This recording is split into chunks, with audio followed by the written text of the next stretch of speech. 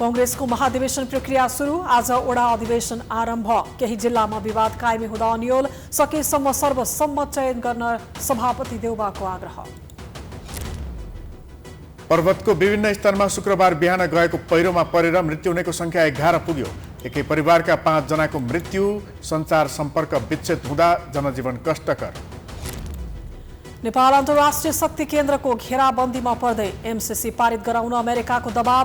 चीन र भारतले अतिक्रमण गरेको नेपाली भूमि फिर्ताको पहल गर्न आग्रह। संवैधानिक परिषद सम्बन्धी मुद्दाको इजलासमा प्रधान न्यायाधीश जबरा बस्ने कि नबस्ने भन्ने विषय पेचिलो बन्दै एकपछि अर्को मुद्दा दायर हुँदा न्याय प्रणाली नै प्रभावित। पछिल्लो 24 घण्टामा 1756 जनामा कोरोना संक्रमण। 2274 जना निको। 23 जनाको मृत्यु। आगामी साता WHO का महानिर्देशक नेपाल आउँदै। तालिबान सहसंस्थापक मुल्ला बर्दाको नेतृत्वमा अफगानिस्तानमा नयाँ सरकार बन्ने। पन्जीशिरमा विरोधी लडाकुसँग लडाईँ जारी। र नेपाल ताइक्वान्डो संघको आयोजनामा 10औं कोरियन एम्बेसडर राष्ट्रिय खुला भर्चुअल पुम्से ताइक्वान्डो प्रतियोगिता शुक्रबारदेखि ललितपुरमा सुरु।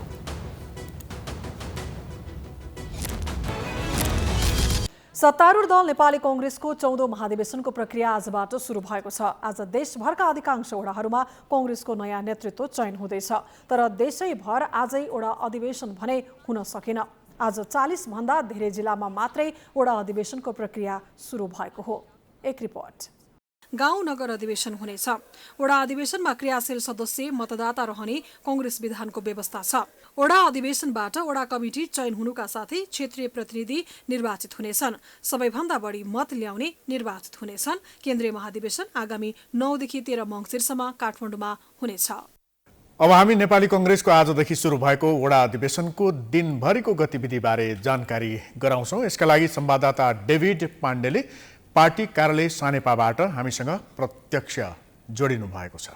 दर्शकवृन्द, हामी यति बेला नेपाली कांग्रेसको केन्द्रीय कार्यालयमा रहेका छौँ र आज मात्र नेपाली कांग्रेसको अधिवेशन सुरु भएको छ। आजबाट अधिवेशन प्रक्रियामा गइसकेको अवस्था छ र करिब आधा जसो जिल्लामा मात्र आज वडा अधिवेशन सम्पन्न भएको भनेर निर्वाचन समितिले जानकारी दिएको छ। यसैसँग सम्बन्धित रहेर आज कुन प्रकारले अधिवेशन सम्पन्न भयो, कति ठाउँमा निर्विरोध भयो र अनि बाँकी रहेका ठाउँहरूमा कसरी निर्वाचन प्रक्रिया अगाडि बढ्छ अथवा अधिवेशन प्रक्रिया अगाडि बढ्छ भन्ने विषयमा जानकारी दिनको लागि हामीसँग कुराकानी गर्नको लागि यति बेला निर्वाचन समितिका संयोजक महादेव यादव हुनुहुन्छ। सर, स्वागत छ हजुरलाई। धन्यवाद। आजको वडा अधिवेशन कस्तो रह्यो अनि कति स्थानमा सकियो नि वडा अधिवेशन? 35 जिल्लामा सुरु भयो, सकियो होला 35 जिल्लामा। रिजल्ट एउटा जिल्लाको मात्रै आएको छ, दोलखाको, जहाँ कि 74 वडा छ र 74 मा 73 वडामा निर्विरोध भयो। सर्वसम्मतिबाट इलेक्सन भयो। एक जनामा मात्रै गराउनु पर्यो। त्यसैले राम्रै रह्यो। संकेत जो छ राम्रै छ। मनाङमा पनि निर्विरोध रूपमा नै अघिल्लो दिन नै भएको रिजल्ट भएको छैनन्, त्यसैले भन्न सक्ने अवस्था छैनन्। कुरा त्यस्तै सुन्यौ, तर रिजल्ट नआएको हुनाले त भन्न सक्दैन अथेन्टिक रूपमा। जस्तै 35 जिल्लामा हजुरले यो वडा अधिवेशन भयो भनेर त भन्नुभयो। अब बाँकी रहेका जिल्लाहरूमा करिब 56वटा जिल्लाको त क्रियाशील सदस्यता सकिएको छ। एकैचोटि चाहिँ हुन सकेन किन नि? 56 जिल्लाको हामीलाई 4 चरणमा आयो क्रियाशील सदस्यताको लिस्ट। पहिला लटमा आयो 38 हामीले पठाइदियौँ। अर्को दिन आयो 10, त्यसलाई पनि हामीले पठाइदियौँ। त्यसपछि आयो 5, त्यसलाई पनि भोलिपल्ट पठाइदियौँ। त्यसपछि आयो 3, त्यसलाई पनि भोलिपल्ट पठाइदियौँ। अर्थात् यो 4 चरणमा आएको रहेछ। 56 जिल्लाको 4 चरणमा आएको रहेछ। पहिला र अन्तिम लोटको 5 दिनको डिफरेन्स छ। त्यसैले सुरुमा गएका जो निर्वाचनहरू के छ उहाँहरूले सम्पन्न गर्न सक्नुभयो। पछि गएका जो छ उहाँहरूले केही समय लाग्ने अवस्था आएको हुनाले उहाँले पनि समय मागिसक्नु भएको छ, खटिसक्नु भएको छ, त्यहाँ पुगिसक्नु भएको छ। तर आज सुरुवात हुन सकेन। त्यसले उहाँले हामीहरू समितिबाट यति दिनमा सम्पन्न गर्छु। 19, 20, 21, 22, 23 यो जिल्ला छन्। बाद बाँकी हामी 56 मा 35 भयो। 21 जिल्लाको छ। उहाँले हामीसँग स्वीकृति लिइसक्नु भएको छ। 2 जिल्लामा 19 गते सम्पन्न गर्छु अनि 11 जिल्लामा हामी 20 गते सम्पन्न गर्छु। 5 जिल्लामा 21 गते सम्पन्न गर्छु र 23 गतेमा 2 जिल्ला सम्पन्न गर्छु। त्यस्तै गरेर उहाँहरूले समय लिइसक्नु भएको छ। जस्तै अब तपाईहरुले 56वटा जिल्लाको त यो क्रियाशील सदस्यता विवाद मिलिसकेको अवस्था भयो, जसको लागि 23 गतेसम्म सक्ने भनेर भनिरहनु भएको छ। योभन्दा उतापट्टि 27 गते गाउँ नगर अधिवेशन छ। त्यो अवस्थासम्म आइपुग्दाखेरि त तपाईहरुले ती जिल्लाहरूको करिब 21वटा जिल्लाको त फेरि थप सक्नुपर्ने हुन्छ, क्रियाशील सदस्यता पनि थप्नुपर्ने हुन्छ, वडा अधिवेशन पनि सक्नुपर्ने हुन्छ। के भयो कि 21वटामा जो बाँकी छ त्यो हुन सक्छ। हाम्रो जिल्लाको टार्गेट छ 27 गते, गाउँपालिकाको नगरपालिकाको निर्वाचनको हाम्रो 27 गतेको छ। हाम्रो प्रयास के छ कि जसमा ढिलो गए पनि हामीले 27 को जो नगरपालिका र गाउँपालिकाको निर्वाचन छ त्योसँग मिट गरौँ। 23 गतेमा अगर यो 56 जिल्लाको सम्पन्न भयो, बाद बाँकी जिल्लाको पनि 23 गते सम्पन्न भयो भनेदेखि त उहाँहरूले सजिलै तरिकाले 27 को सम्पन्न गर्नुहुन्छ गाउँपालिका र नगरपालिका। र अगर कहीँ कथम कदापित गर्न पाइनु भएन भनेदेखि त भोलिपल्ट सक्नुहुन्छ। भनेपछि 27 गते भित्र नै वडाको सबै सकिन्छ। टार्गेट त्यो 56 सबैले होइन, 56 जिल्लाको 56 जिल्लाको 27 गतेसम्म सकिन्छ। अनि बाँकी रहेका 21 जिल्लाको चाहिँ कहिले मिल्छ? अहिले त आएकै छैन। त्यो उसको हामीले क्रियाशील सदस्यताको यहाँ सूची नै प्राप्त भएको छैनन्। क्रियाशील सदस्यता हामीले यहाँ निर्वाचन समितिमा आएकै छैन 21 जिल्लाको, त्यसलाई अहिले अन्जाम गर्ने अवस्था छैन। अनि सो विवाद नमिलेमा ती 21 जिल्लाको यथावत नै रहन्छ भन्दा फरक नपर्ला? होइन, त्यो त कहाँ यथावत रहला र। 18 गतेको निर्वाचनको डेट फिक्स छ, आउनमा जति ढिलाइ होस्।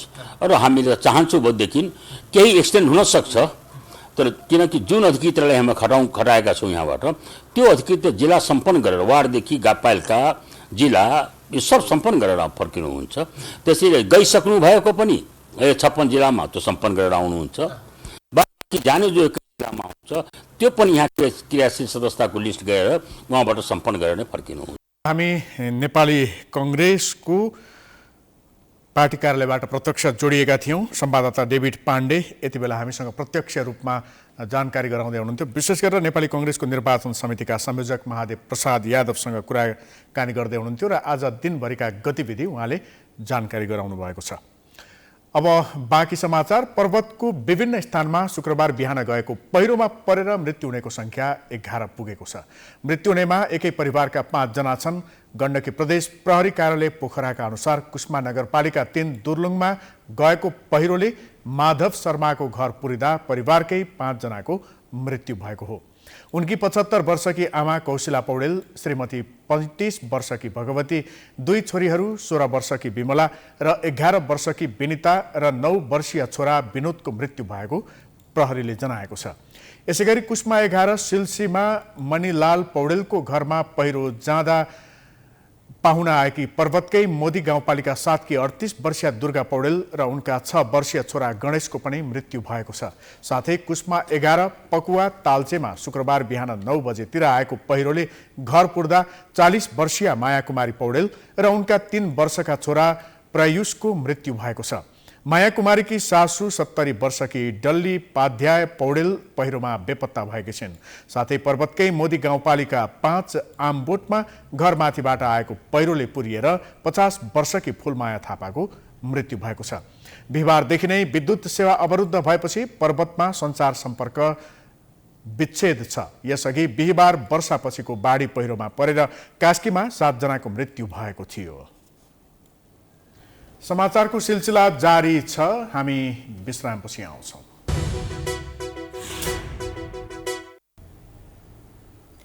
विश्रामपछि स्वागत छ। अब बाँकी समाचार। सरकारले चीनसँग रहेको सीमा विवादबारे अध्ययन गर्न समिति गठन गरेसँगै सत्ता गठबन्धनमा हलचल सुरु भएको छ। मुलुकको सीमा मिचिदा र त्यसबारे सत्य तथ्य जानकारी लिन समिति गठन गर्दा सत्ता गठबन्धनमा नै विवाद सृजना हुनुले देशको सीमा रक्षामा राजनीतिक दलहरू नै गम्भीर छैनन् भन्ने प्रश्न हुन्छ। एक रिपोर्ट। नेपाल र चीनबीच 1414 किलोमिटर सीमामध्ये 74 किलोमिटर सीमाको काम 15वटा नदीले गरेका छन्। नेपालको अद्यावधिक नक्सा तयार भएपछि नेपाल चीन बीच 57 किलोमिटर सीमारेखाको नक्साङ्कन र सीमाङ्कन हुन बाँकी नै छ। सन् 2006 देखि 2012 का बीचमा सीमा स्तम्भ अद्यावधिक गर्दा दोलखाको लामा बगरमा रहेको 57 नम्बरको स्तम्भ नक्साङ्कन गरिए भन्दा केही दक्षिणमा गाडिएको पाइयो। हिउँले पुरिने भिरालो क्षेत्रमा गाडिएको त्यो सीमा स्तम्भ अहिले पनि हराइरहेको छ। त्यो सीमा स्तम्भलाई साबिककै स्थानमा नल्याए नेपालले 6 हेक्टर जमिन गुमाउनु पर्नेछ। दोलखा जिल्लाको बेगु गाउँपालिकाको लाप्ची क्षेत्रमा रहेको सीमा चिन्ह नम्बर 57लाई लिएर पनि विवाद रहेको छ। राष्ट्रिय मानवाधिकार आयोगले 2077 को वैशाखमा तयार गरेको सीमा क्षेत्रमा बसोबास गर्ने नेपाली नागरिकहरूको मानवाधिकार अवस्था सम्बन्धी प्रतिवेदनमा नेपाल चीन सीमा र सीमा स्तम्भ शीर्षकमा त्यो पिलर चीनबाट नेपाली भूभागतर्फ सारेको भन्ने विवाद रहेको देखिन्छ भन्ने उल्लेख छ। त्यस्तै पछिल्लो समय हुम्लाको नाम्खा गाउँपालिका 2 लोलुङजोङमा पनि सीमा विवाद देखिएको छ। त्यहाँ नेपाली भूभागमा चीनले भौतिक संरचना निर्माण गरेको छ। यस विषयमा नेपाली कांग्रेसले जनप्रतिनिधि नै खटाएर स्थलगत अनुगमन नै गरेको थियो। उनीहरूले बुझाएको प्रतिवेदनमा पनि चीनले नेपालको विभिन्न भूभाग मिचेको उल्लेख छ। अहिले आएर उनीहरूले 12 नम्बरको पिलरको मात्र कुरा गरिरहेका छन्। हिल्सा बोर्डर त यहाँलाई थाहा छ, हाम्रो बोर्डर नै त्यही हो। त्यसमा तराईतिर चाहिँ 12 गजा भन्ने चलन छ, हाम्रो चाहिँ त्यो होला यी हेर्नुहोस् नेपालको यी देख्नुभयो। यसै माथि उनीहरूले गेट बनाएको छ। कुन चाहिँ अन्तर्राष्ट्रिय प्रोटोकलले दिन्छ? 3/4 पिलर आफ्नोमा गएर गेट बनाएको छ। कम्तीमा पनि 20-30 मिटर टाढा बनाउनु पर्छ नि। अर्को प्रमाण हेर्नुहोस्। अब अर्को प्रमाण यो 6-1 को पिलर भनेको नेपाली पिलर हो।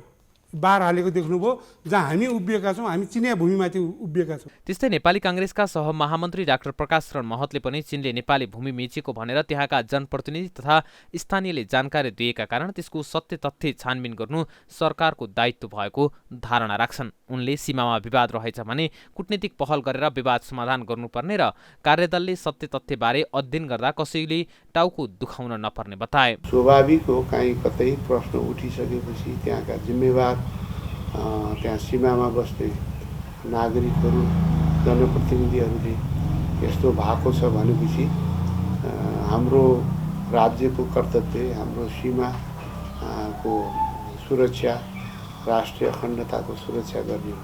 त्यसकारण त्यो छानबिन गर्दा चाहिँ के अप्ठ्यारो पर्छ? उता सत्ता गठबन्धनमा रहेका दलभित्र भने यो विषयलाई लिएर मतभेद नै सुरु भएको छ। गठबन्धनमा छलफल नै नगरी कार्यदल गठन गर्नु सही नभएको तर्क उनीहरूको छ।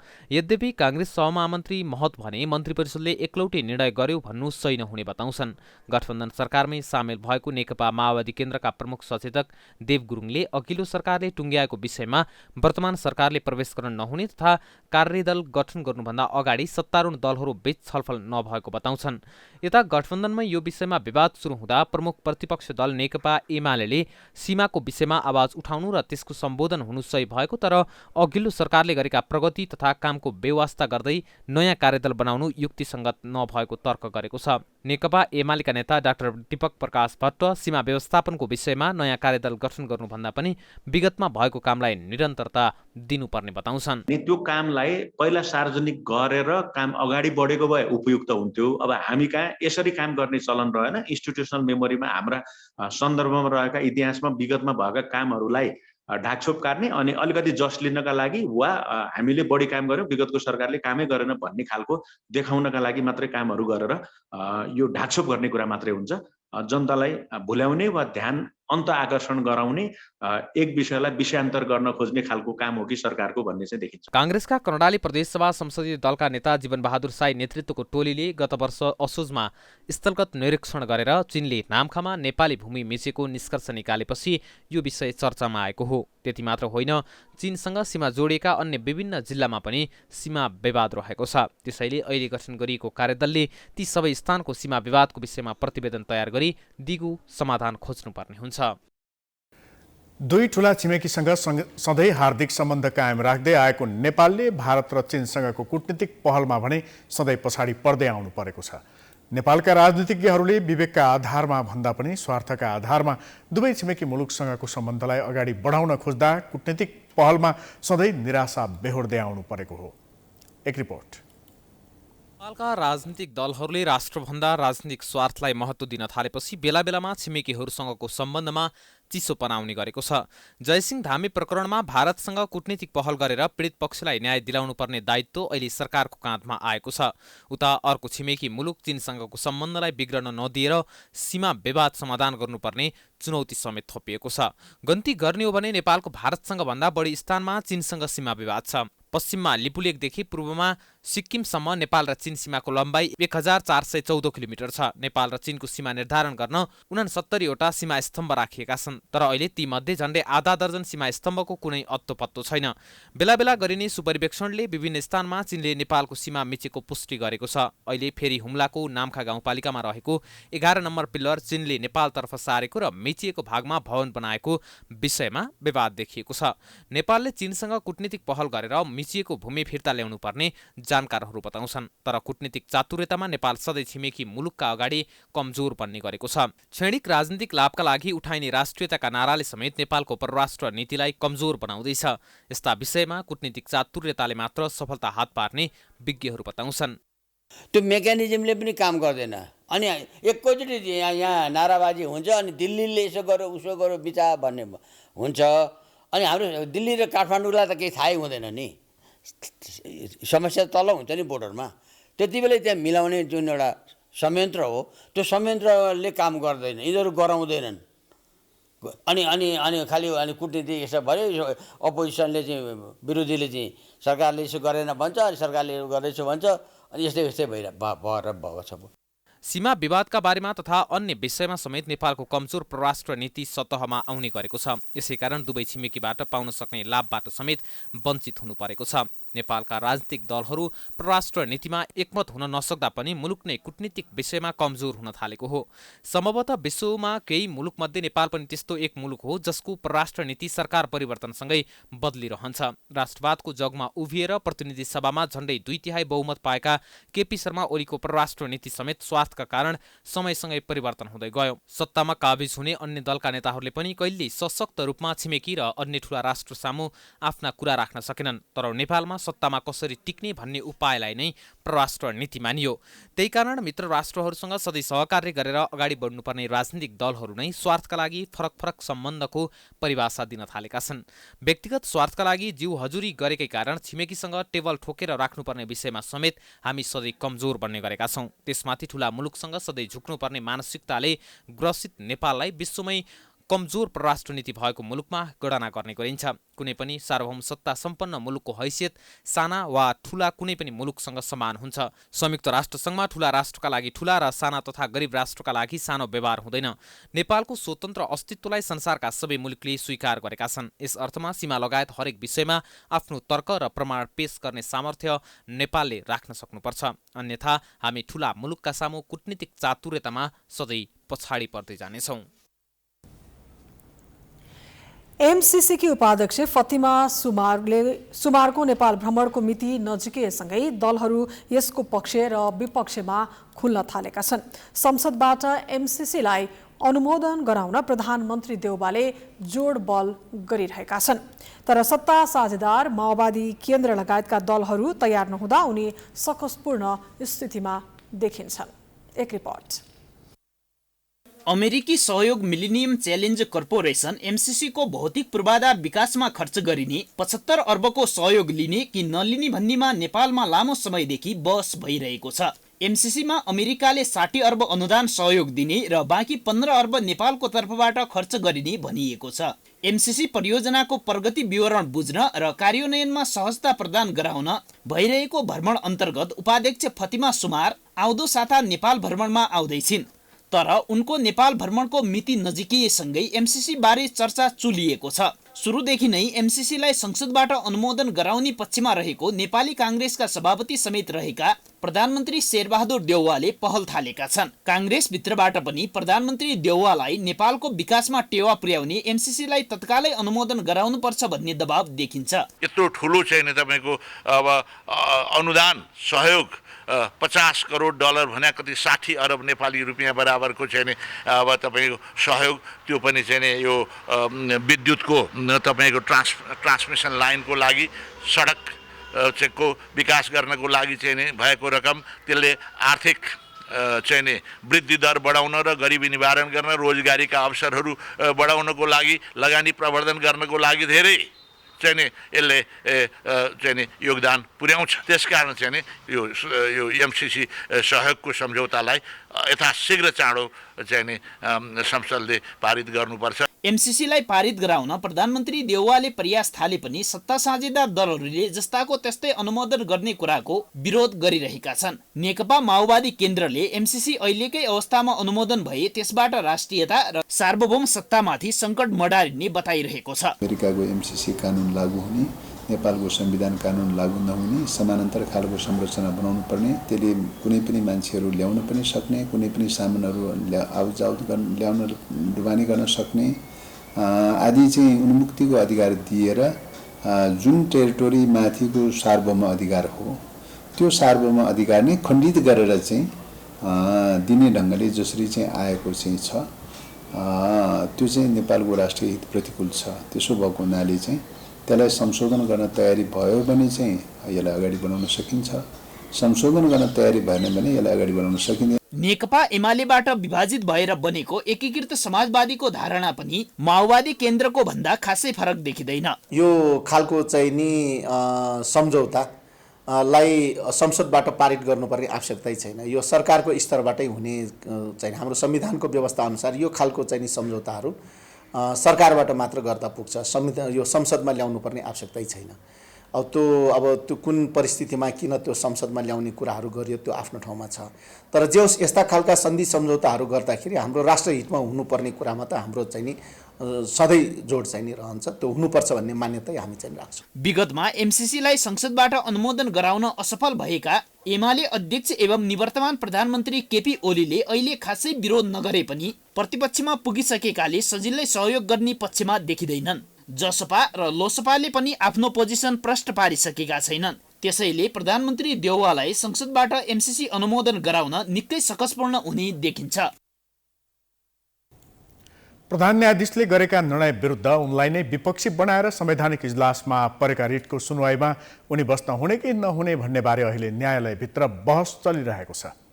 संविधानमा यस्तो व्यवस्था भएकाले संवैधानिक इजलासमा परेका जुनसुकै रिट हेर्दा पनि प्रधान न्यायाधीश अलग हुन नपाइने एक थरीको भनाइ छ। तर आफैले निर्णय गर्ने र त्यस विरुद्धका मुद्दा पनि आफैले हेर्ने गर्नु प्राकृतिक न्याय विरुद्ध हुन्छ भन्ने कानुनी सिद्धान्त छ।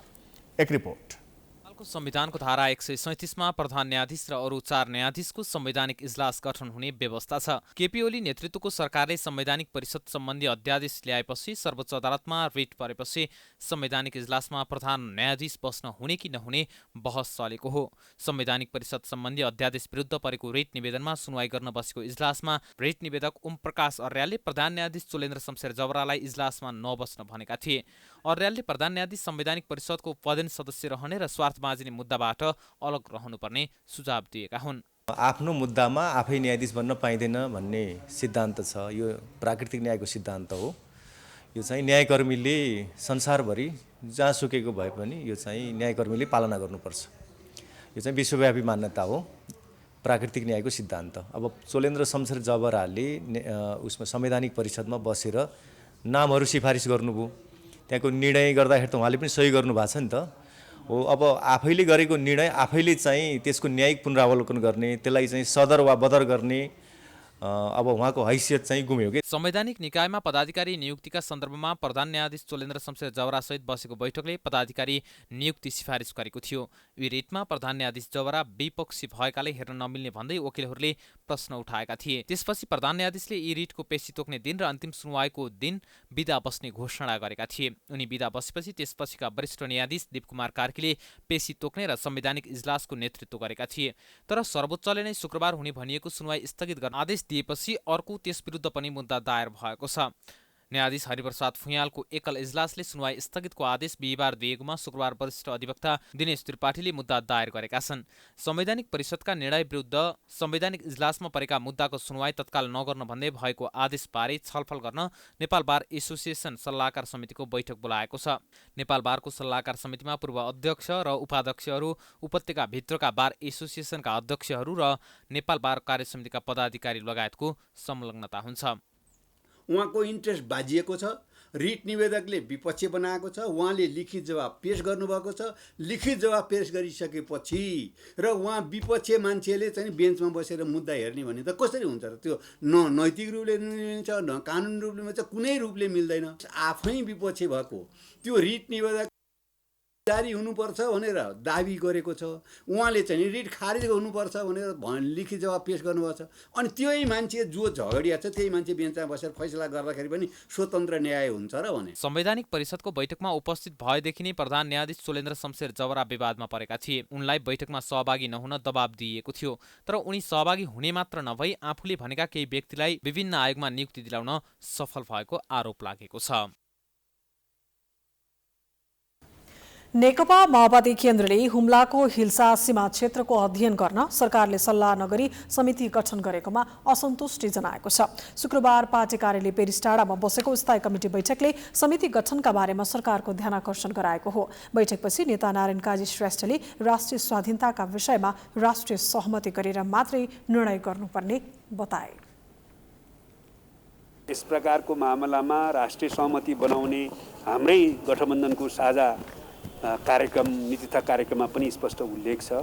यो कुरालाई ध्यान दिएर कुनै पनि ढङ्गले हाम्रो आफ्नो राष्ट्रिय सार्वभौमिकता र भौगोलिक अखण्डता बारेको अडानमा पनि विचलित नहुने, तर हाम्रो स्वतन्त्र परराष्ट्र नीतिमा आधारित कूटनीतिमा पनि विचलित नहुने गरी सरकारलाई अगाडि बढ्न नै हाम्रो पार्टीको ध्यानाकर्षण हुन्छ। हुम्ला जिल्ला स्थित उत्तरी क्षेत्रको सिमानासँग देखिएका समस्याको अध्ययन गरी प्रतिवेदन पेश गर्न सरकारले एक अध्ययन समिति गठन गरेको थियो। नेता श्रेष्ठले महाकाली नदीमा एक नेपाली बेपत्ता भएको घटनामा सरकारले भारतसँग वार्ता गर्नुपर्नेमा जोड दिएका छन्। त्यस्तै एमसीसीका बारेमा माओवादीको यसअघिको धारणा कायमै रहेको भन्दै कुनै भ्रममा नपर्न पनि उनले आग्रह गरे। एमसीसीका कुनै नेपाल आउनु कुराले हाम्रो धारणामा परिवर्तन हुने कुरा भएन। बैठकले पार्टीको केन्द्रीय निकायहरूमा पदपूर्तिका लागि सुझाव दिन गिरिराज मणि पोखरेल नेतृत्वको कार्यदललाई जिम्मेवारी दिने निर्णय गरेको छ। आवश्यक छलफल गरी सुझाव प्रतिवेदन पेश गर्न पोखरेल नेतृत्वको कार्यदललाई जिम्मेवारी दिने निर्णय गरेको हो। एमाले उपाध्यक्ष वामदेव गौतमले पार्टीबाट राजीनामा दिएका छन्। उनले शुक्रबार कार्यालय सचिव शेरबहादुर तामाङलाई राजीनामा बुझाएका हुन्। एमालेबाट विभाजित भएर नेकपा एकीकृत समाजवादी बनेपछि नयाँ दलमा सहभागी हुने गरी पार्टी छोडेका हुन्। उनी एमालेभित्र केपी शर्मा ओलीको कार्यशैलीप्रति असन्तुष्ट थिए। राजीनामा पत्रमा गौतमले एमाले अध्यक्ष केपीको कार्यशैलीको आलोचना गरेका छन्। राजीनामा पत्र बुझाउँदै गौतमले एमालेका नेताहरूसँग व्यक्तिगत सम्बन्ध रहे पनि राजनीतिक रूपमा एमालेमा अब रहन नसक्ने बताएका छन्। समाचारको सिलसिला जारी छ। हामी विश्रामपछि आउँछौँ। विश्रामपछि स्वागत छ। अब बाँकी समाचार। पछिल्लो 24 घण्टामा देशभर 1756 जना कोरोना संक्रमित थपिएका छन्। पछिल्लो 24 घण्टामा गरिएको 9773 नमुनाको परीक्षण गर्दा 1357 र 4561 एन्टिजेन परीक्षण गर्दा 379 जनामा कोरोना संक्रमण देखिएको हो। संक्रमित मध्ये काठमाडौँमा 467, भक्तपुरमा 71 र ललितपुरमा 129 जनामा कोरोना संक्रमण पुष्टि भएको छ। यो सहित अहिलेसम्म कोरोना संक्रमितको कुल संख्या 8,51,964 पुगेको छ। कोरोना संक्रमणबाट थप 23 जनाको मृत्यु भएको छ। अहिलेसम्म संक्रमण पश्चात निको हुनेको कुल संख्या 1890 पुगेको छ। संक्रमण पश्चात शुक्रबार 2274 जना निको भएका छन्। अहिलेसम्म कुल संक्रमित मध्ये 7,23,456 जना निको भएका छन्। निको हुने दर 94.3% छ। देशभर सक्रिय संक्रमितको संख्या 33,006 रहेको छ। उनीहरूमध्ये 30,662 जना होम आइसोलेसनमा र 2,344 जना संस्थागत आइसोलेसनमा छन्। 540 जना भेन्टिलेटरमा छन् भने अन्य बाँकीले विभिन्न अस्पतालमा उपचार गराइरहेका छन्। अहिले पनि देशका 20 जिल्लामा 500 भन्दा बढी सक्रिय संक्रमित छन्। पछिल्लो 20 घण्टामा देशभरका खोप केन्द्रबाट 1,64,302 जनाले कोरोना विरुद्धको खोप लगाइसकेका छन्।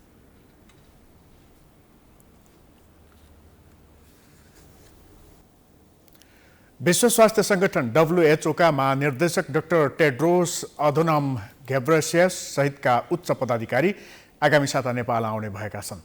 भदौ 21 देखि 25 सम्म नेपालमा आयोजना हुने विश्व स्वास्थ्य संगठनको दक्षिण पूर्वी एसियाको 74 सत्र तथा WHO क्षेत्रीय कार्यकारी समितिको वार्षिक बैठकमा भाग लिन टेड्रोस सहितका पदाधिकारी काठमाडौँ आउन लागेका हुन्। WHO को दक्षिण पूर्वी एसिया कार्यालयले शुक्रबार विज्ञप्ति जारी गर्दै उक्त बैठकमा क्षेत्रीय निर्देशक पुनम क्षेत्रपाल सिंह, क्षेत्रीय सदस्य मुलुकका स्वास्थ्य मन्त्री तथा स्वास्थ्य अधिकारीहरू, राष्ट्रसङ्घीय साझेदार, दात्री निकाय तथा नागरिक समाजका प्रतिनिधि सहभागी हुने जनाइएको छ। बैठकमा विद्यमान कोभिड महामारी तथा स्वास्थ्य सर्वव्यापी पहुँच हासिल गर्नका लागि अत्यावश्यक सेवाहरूको अझ राम्रो पुनर्निर्माणका उपाय, सार्वजनिक स्वास्थ्य आपतकालको पूर्व तयारी तथा प्रत्येक कार्यको सुदृढीकरण, नसर्ने रोगहरूको रोकथाम तथा नियन्त्रणको प्रगतिलाई थप गति दिने र भाइरल हेपाटाइटिस, HIV र यौन रोगहरूको उन्मूलन लगायतका विषयहरूमा छलफल हुने जनाइएको छ। सन् 2023 सम्ममा दादुरा र रुबेला उन्मूलन गर्ने, स्वास्थ्य सामग्रीमा पहुँच बढाउने, दक्षिण पूर्वी एसिया क्षेत्रीय स्वास्थ्य आपतकालीन कोष र प्राथमिक स्वास्थ्य चौकीको स्तरमा नसर्ने रोगहरूका लागि हुने सेवा प्रवाहलाई थप गति दिन, स्वास्थ्य प्रणालीहरूको सुदृढीकरण जस्ता विषयहरू पनि उक्त बैठकमा उठान हुने जनाइएको छ। यसअघि विश्व स्वास्थ्य सङ्गठनले नेपालमा खोप अभियान सफल भएकोमा बधाई दिएको थियो। WHO को दक्षिण पूर्वी एसियाका क्षेत्रीय निर्देशक डाक्टर पुनम क्षेत्रपाल सिंहले नेपालले 10 मिलियन खोपको मात्रा व्यवस्थापन गर्नुका साथै छोटो समयमै कोरोना विरुद्धको खोप लगाउन योग्य नागरिक मध्ये 15%लाई पूर्ण खोप लगाउन सफल भएकामा बधाई समेत दिएकी छिन्।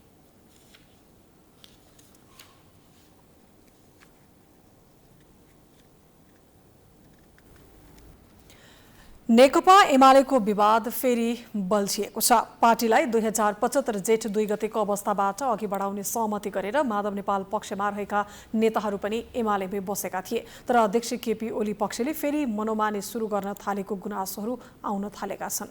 एक रिपोर्ट। शुक्रबार नेकपा एमाले निकट पेशागत तथा प्रगतिशील कानून व्यवसायी संगठन नेपाल PPLA को भेला सम्पन्न भयो। यो भेला पार्टी अध्यक्ष केपी ओलीको सहभागितामा हुने भनिएको थियो, तर पार्टीभित्र विवाद चर्किने देखिएपछि ओली कार्यक्रममा गएनन्। PPL का महासचिव ईश्वरी भट्टराई ओली निकट हुन्। अध्यक्ष रुद्र नेपाल र इन्चार्ज रघुजी पन्त ओली इत्तर समूहका हुन्। 2 जेठ 2075 अगाडि पन्त PPLA का इन्चार्ज थिए। पार्टीका सबै संरचनालाई जेठ 2 2075 कै अवस्थाबाट अघि बढाउन ओली सहमत भएपछि पन्त लगायत विगतमा माधव नेपाल समूहमा रहेका नेताहरू पार्टीमा फर्किएका थिए। तर अहिले पनि ओली उक्त सहमति पालना गर्न तयार नभएको देखिन्छ। भेला रोक्न इन्चार्ज पन्तले सुझाव पनि दिएका थिए। अध्यक्ष नेपाल पनि भेला नगर्न आग्रह गरेका थिए। तर पार्टी अध्यक्ष ओली र PPLA का महासचिव भट्टराईले भेला रोक्न गरेको आग्रह मानेनन्। यद्यपि ओली स्वयं भेलामा उपस्थित चाहिँ भएनन्। आफूहरूलाई व्यवस्था गरेर एकतर्फी रूपमा भेला गरिएकोमा असन्तुष्टि अध्यक्ष नेपाल र इन्चार्ज पन्त पक्षधरले बहिष्कार गर्यो। अध्यक्षता उपाध्यक्ष रमा श्रेष्ठले गरिन् भने एमाले स्थायी कमिटी सदस्य सुभाष नेवाङ अतिथिको रूपमा सहभागी भए। यो भेला हुनुले अध्यक्ष ओली आफू इत्तर समूहको कुरा सुन्ने पक्षमा नरहेको देखिन्छ, जसले गर्दा माधव नेपालले नयाँ पार्टी गठन गर्दा साथ नदिएर ओलीतिर गएका पन्त लगायतका नेताहरूलाई धक्का लागेको छ। गत 8 भदौमा 10 बुँदे सहमति कार्यान्वयन सहमति अनुसार एमालेको सम्पूर्ण पार्टी संरचना 2 जेठ 2075 अगाडिको अवस्थामा क्रियाशील निर्णय भएको थियो। तर त्यस विपरीत अध्यक्ष ओली समूह अगाडि बढेको टिप्पणी भइरहेका बेला PPLA को भेलाले त्यसलाई पुष्टि गरिदिएको छ। विवाद शुक्रबारको भेलाले मात्रै होइन, एमालेको प्रवक्ता को हो भन्ने कुराले पनि बल्झिएको छ। 10 बुँदे सहमति कार्यान्वयन गर्ने निर्णयपछि योगेश भट्टराईलाई प्रवक्ताको जिम्मेवारी दिएको भनिएको थियो, किनकि 2075 जेठ 2 गते अघि भट्टराई एमालेका प्रवक्ता थिए। तर अहिले पनि पार्टीका तर्फबाट विज्ञप्ति जारी गर्दा प्रदीप गेवालीको हस्ताक्षर सहित आउने गरेको छ। बिहिबार मात्रै दार्चुला घटनाबारे एमालेले निकालेको विज्ञप्तिमा प्रवक्ताका रूपमा गेवालीले नै हस्ताक्षर गरेका छन्, जसले गर्दा अहिले एमालेको प्रवक्ता प्रदीप कि योगेश भन्ने बहस सुरु भएको छ। त्यति मात्र नभई 10 बुँदे सहमति पालना भएको हो कि होइन भनेर पनि धेरैले जवाफ खोजिरहेका छन्। नेकपा एमालेका प्रवक्ता प्रदीप गेवालीले वर्तमान सरकार विदेशी शक्तिको इशारामा चलेको आरोप लगाएका छन्। शुक्रबार एमाले ललितपुर जिल्ला कमिटीले ललितपुरमा गरेको कार्यक्रममा गेवालीले वर्तमान सरकारले देश र जनताका लागि नभएर विदेशीको इशारामा काम गरेको आरोप लगाएका हुन्। उनले दार्चुलामा तुइन काटेर नेपाली बेपत्ता भएको घटनादेखि लिपुलेक कालापानीका विषयमा सरकार मौन बसेको आरोप लगाए। एसएमसीहरूले तुइन छुडाइदिएका कारणले महाकाली नदीमा खसेर बेपत्ता भए। आज 34-35 दिन भयो, सरकार चुइक्क बोल्दैन। हिजो सुन्नुभयो नि भारतका विदेश मन्त्रालयका प्रवक्ताको, समाचारमा सुनेको नेपाल सरकारले अहिलेसम्म केही भनेकै छैन। नागरिक मारिएका छन् अथवा बेपत्ता पारिएका छन्, सरकार चुइक्क बोल्दैन। हो, यही गर्नको निम्ति केपी ओलीको सरकारलाई हटाइएको हो। गेवालीले सरकारले एमाले टुक्र्याउनकै लागि अध्यादेश ल्याएको भन्दै त्यसको परिणाम आगामी निर्वाचनमा देखिने तर्क गरे। उनले निर्वाचनमा जनादेशको माध्यमबाट फेरि आफ्नो पार्टी सरकारमा फर्कने दाबी गरे। आगामी भाद्र 22 गते अध्यादेश निष्क्रिय पारेर सरकार विस्तार गर्ने योजना देखिएको भन्दै उनले गठबन्धनले लज्जास्पद काम गरेको बताए। गेवालीले केही एमालेका नेताहरू गलत बाटोमा गएको भन्दै एमालेमा फर्कन समस्या भारतसँग छ। समस्या लिपुलेक, लिम्पियादुरा, कालापानी फर्काउनु पर्ने छ। साझा न्यूनतम कार्यक्रममा उहाँहरूले के लेख्नुभयो? लिपुलेक, लिम्पियादुरा, कालापानीको समस्या समाधान गर्ने समस्या हो त्यो त नेपालको जग्गा हो नि, नेपालको भूमि हो, त्यसलाई समस्या भन्नुभयो उहाँहरूले। अनि कार्यदल बनाउनु भयो कहाँ? चीनसँग सीमा समस्या छ, त्यसलाई समाधान गर्ने भनेर अस्ति कार्यदल बनायो। उनले एमाले सरकारमा आएपछि फेरि देशलाई समृद्ध नेपाल, सुखी नेपालीको राष्ट्रिय अभियानमा साथ अघि बढाउने जिकिर गरे।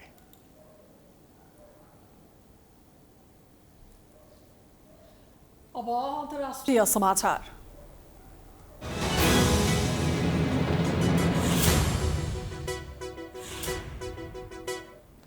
तालिबान सहसंस्थापक मुल्लाह बरदारले नयाँ अफगानिस्तान सरकारको नेतृत्व गर्ने भएका छन्। सम्भवतः आज नभए भोलिसम्ममा सरकार गठनको घोषणा हुन सक्ने बताइएको छ। काबुलको उत्तरमा रहेको प्रान्त पन्जसिरलाई कब्जामा लिएपछि तालिबानले सरकारको घोषणा गर्न लागेको हो। बरदार नेतृत्वको सरकारमा दिवंगत तालिबान सहसंस्थापक मुल्लाह उमारका छोरा मुल्लाह मोहम्मद याकुब र शेर मोहम्मद अब्बास स्यातेनेज्कीले पनि उच्च पद पाउने जनाइएको छ। सबै तालिबानका उच्च नेताहरू सरकारको घोषणाको अन्तिम तयारीका लागि राजधानी काबुल पुगेका छन्। तालिबान सर्वोच्च नेता हेबितुल्लाह अखुन्जादा चाहिँ इस्लामिक परम्परा अनुसारको धार्मिक र सुशासनको गतिविधिमा सक्रिय हुनेछन्। गत अगस्त 15 काबुललाई कब्जामा लिएको तालिबानले पन्जसिरमा भने विरोधी लडाकुसँग चुनौती खेप्नु परेको जनाइएको छ। अब खेलकुद समाचार।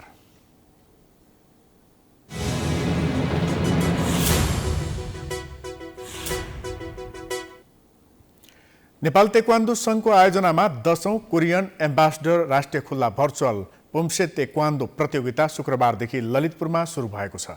नेपालस्थित दक्षिण कोरियाली राजदूतावासको सहयोगमा भएको प्रतियोगितामा 553 खेलाडीको सहभागिता रहेको प्रतियोगिता मूल आयोजक समितिका संयोजक समेत रहेका नेपाल तेक्वान्दो संघका उपाध्यक्ष भानुचन्दले जानकारी दिए। प्रतियोगितामा 390 पुरुष र 203 महिला खेलाडीले सहभागिता जनाउनेछन्। भाद्र 21 गतेसम्म चल्ने प्रतियोगितामा कुल 26 स्वर्णका लागि प्रतिस्पर्धा हुने तेक्वान्दो संघले जनाएको छ।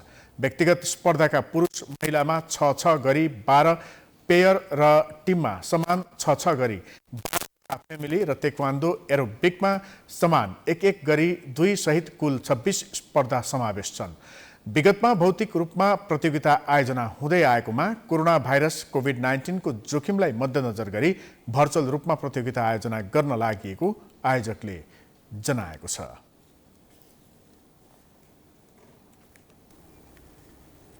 हामी समाचारको अन्त्यमा आइपुगेका छौं। जाँदा जाँदै प्रमुख समाचार पुनः एकपटक। कांग्रेसको महाधिवेशन प्रक्रिया सुरु, आज ओडा अधिवेशन आरम्भ। केही जिल्लामा विवाद कायमी हुँदा अन्यल, सकेसम्म सर्वसम्मत चयन गर्न सभापति देउबाको आग्रह। पर्वतको विभिन्न स्थानमा शुक्रबार बिहान गएको पहिरोमा परेर मृत्यु हुनेको संख्या 11 पुग्यो। एकै परिवारका 5 जनाको मृत्यु, सञ्चार सम्पर्क विच्छेद हुँदा जनजीवन कष्टकर।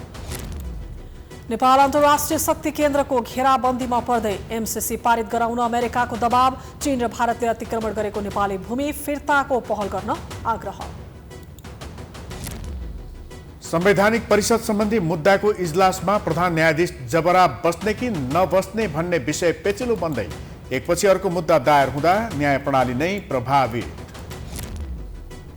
पछिल्लो 24 घण्टामा 1756 जनामा कोरोना संक्रमण, 2274 जना निको, 23 जनाको मृत्यु। आगामी साता WHO का महानिर्देशक नेपाल आउँदै। तालिबान सहसंस्थापक मुल्ला बर्दाको नेतृत्वमा अफगानिस्तानमा नयाँ सरकार बन्ने, पन्जिसिरमा विरोधी लडाकुसँग लडाईँ जारी। र नेपाल ताइक्वान्डो संघको आयोजनामा 10औं कोरियन एम्बेसडर राष्ट्रिय खुला भर्चुअल पुम्से ताइक्वान्डो प्रतियोगिता शुक्रबारदेखि ललितपुरमा सुरु।